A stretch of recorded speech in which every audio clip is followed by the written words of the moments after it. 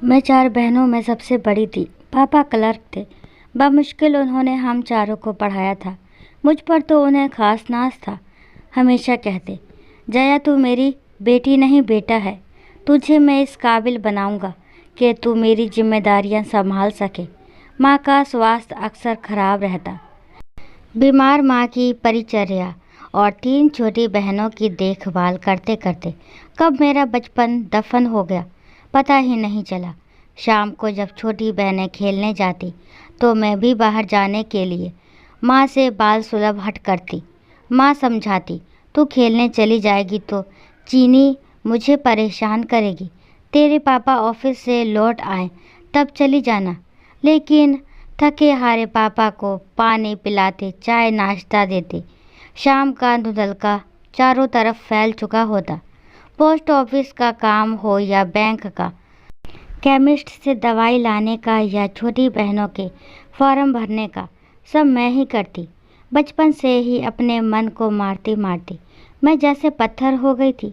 धीरे धीरे ज्यों ज्यों उम्र बढ़ती गई मेरा मन भी घर में ही रमने लगा। कभी काम नहीं भी होता तो भी बाहर जाने की जैसे इच्छा ही मर गई थी। मन में कोमल भावनाएं ना जाने कहाँ लुप्त हो गई थी। मैं मेधावी छात्रा थी। बीएससी में गणित लिया और प्रथम श्रेणी में पास हुई। मेरी इच्छा एमएससी करके लेक्चरर बनने की थी, पर उस समय पापा ने मुझे बीएड करने की सलाह दी। बीएड करते ही मुझे शिक्षिका की नौकरी मिल गई तो पापा बहुत खुश हुए कि अब मेरी बेटी मेरे दुख दूर करेगी। मुझे पापा की सोच पर हैरानी होती, जो बेटी के हाथ पीले करने की चिंता से मुक्त अपने ही कष्टों के बारे में सोचते रहते थे। तभी एक दिन चमत्कार हुआ। मेरे लिए सुशांत के घर से रिश्ता आया। माँ और पापा बेहद खुश थे। हमारी जया बहुत किस्मत वाली है, बिना ढूंढे ही रिश्ता आया है। सुशांत से रिश्ता तय करते समय पापा ने पहले ही स्पष्ट कर दिया था कि वो ज़्यादा दहेज नहीं देंगे। लेकिन मेरे ससुराल पक्ष के लोग सभी ये सोचकर राजी हो गए कि बहू सरकारी स्कूल की शिक्षिका है, जिंदगी भर दहेज मिलता रहेगा। ससुराल में मेरी अच्छी खातिर हो रही थी। मुँह दिखाई की रस्म वाले दिन रिश्ते की एक सास ने मेरी सास से कहा, सुशांत की माँ बहू तो शकल सूरत से साधारण है, दहेज भी नहीं लाई, फिर क्या देखकर तुमने सुशांत का रिश्ता कर लिया? अरे चाची, आपकी बहू सरकारी स्कूल में टीचर है, जिंदगी भर दहेज लेती रहो, सुशांत ने कहा। तो सब हंस दिए, पर मेरी आंखें डबडबा गईं। मन में फांस सी चुभ गई थी। कुछ ही दिनों में सारी आव भगत खत्म हो गई। सारा काम निपटा कर स्कूल के लिए निकलती तो सास की आवाज़ सुनाई देती, आज स्कूल से जल्दी आ जाना, याद है ना, शालिनी को देखने लड़के वाले आ रहे हैं। बस स्कूल याद रहता है और किसी काम से कोई मतलब रहता नहीं। बुरा लगता, पर मैं अनसुना कर देती। अगर कमा रही हूँ तो कौन सा अपने मायके पर खर्च करती हूँ, सब तो सुशांत को दे देती हूँ। सोचती हूँ सुशांत की जिम्मेदारियों में हाथ बटा सकूँ, लेकिन समझाया उसे जाता है जो समझना चाहता हो। हर किसी को कोई कैसे समझा सकता है? सुशांत भी समझाते, जाने दो, माँ की आदत है। तीनों ब्याह योग नंदों का विवाह न होने के लिए को भजन मुझे ही होना पड़ता। सुशांत से दिल का दुख दर्द बताती तो मन हल्का हो जाता। फिर वापस आकर वही व्यस्त दिनचर्या। एक बार सुशांत मेरे लिए साड़ी और फूलों की बेड़ी लेकर आए। मैं झटपट तैयार होकर बाहर निकली तो सास ने तीखे स्वर में सुशांत से कहा, जवान बहनों के सामने ऐसी सस्ती नौटंकी करने का क्या मतलब है? लाना ही था तो उनके लिए भी साड़ियाँ ले आता। बस ऐसी ही 2-3 घटनाओं के बाद उन्होंने भी प्यार जताना छोड़ दिया। हर महीने की पहली या दूसरी तारीख को तनख्वाह मिलती, उसे मैं सास को दे देती। उसमें से सास इतने ही रुपए मुझे देती जिससे स्कूल जाने के लिए महीने भर का रिक्शा का किराया पूरा हो पाता। साथ काम करने वाली शिक्षिकाएं अपनी तनख्वाह से कभी सुंदर सुंदर साड़ियाँ और सूट लेती और गहने खरीदती तो मेरा मन भी इन चीज़ों के लिए तरसता। सुशांत से कभी कहती तो हमेशा कहते, मेरी बहनों की शादियाँ हो जाने दो, फिर तुम जो चाहोगी ले लेना। कभी किसी ने नहीं सोचा कि मेरी भी कुछ इच्छाएं हैं, सपने हैं।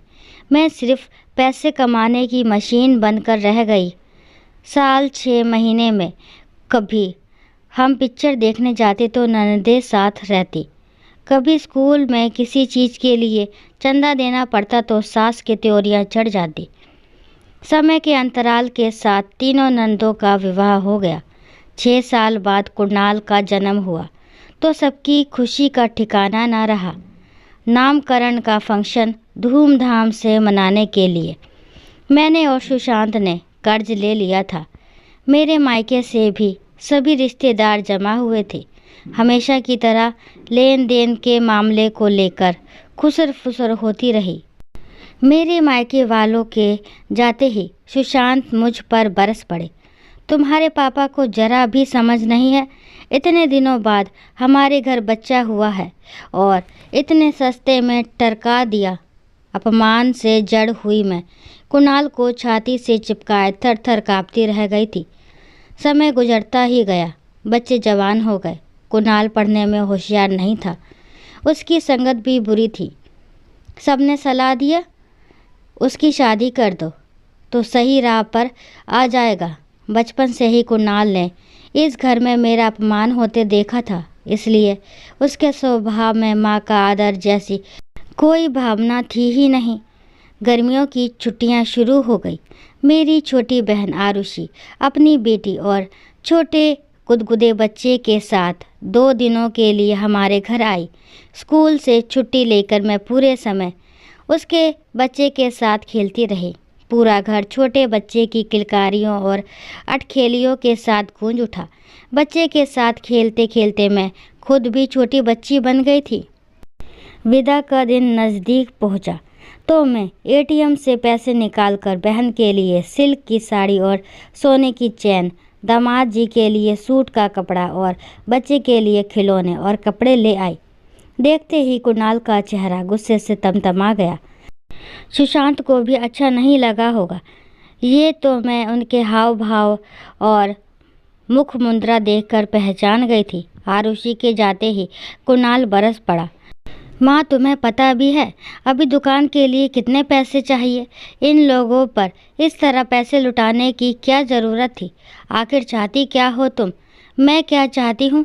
मेरी शिराएं झन-झन कर रही थी। चेहरा और कनपटियाँ सब बुरी तरह गर्म हो गए थे। क्रोध के आवेश में थर-थर काँपती मैं चीखने लगी। मैं क्या चाहती हूँ?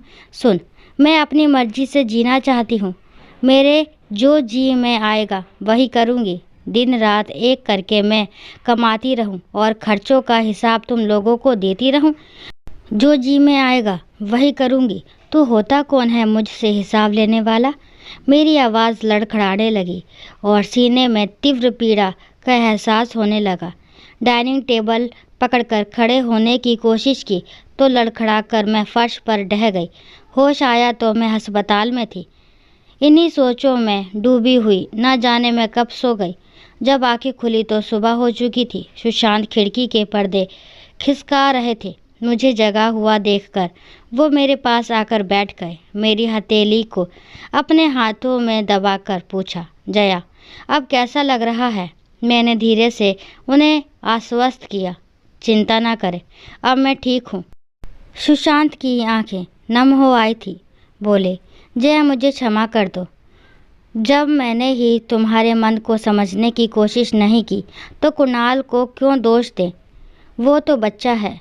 तुम इस परिवार के लिए सारा जीवन अपनी इच्छाओं की आहुति देती रही और मैंने तुम्हारी भावनाओं और संवेदनाओं को समझने तक की कोशिश नहीं की। मैं बीता हुआ समय तो नहीं लौटा सकता, पर तुम्हें यकीन दिलाता हूँ कि अपने जीवन का सांध्यकाल तुम अपनी इच्छा अनुसार जी सकोगी। मेरी आँखों की कोर से टप टप आंसू बह निकले जो निश्चित रूप से मेरे सुखद भविष्य का संदेश दे रहे थे। दोस्तों, आशा करती हूँ कहानी आपको ज़रूर पसंद आई होगी। अगर कहानी पसंद आती है तो प्लीज़ मेरे चैनल को लाइक शेयर सब्सक्राइब करना ना भूलें। और इस कहानी के बारे में आपके क्या विचार है कमेंट बॉक्स में ज़रूर बताएं। कहानी को लास्ट तक सुनने के लिए थैंक यू। राम राम, राधे राधे।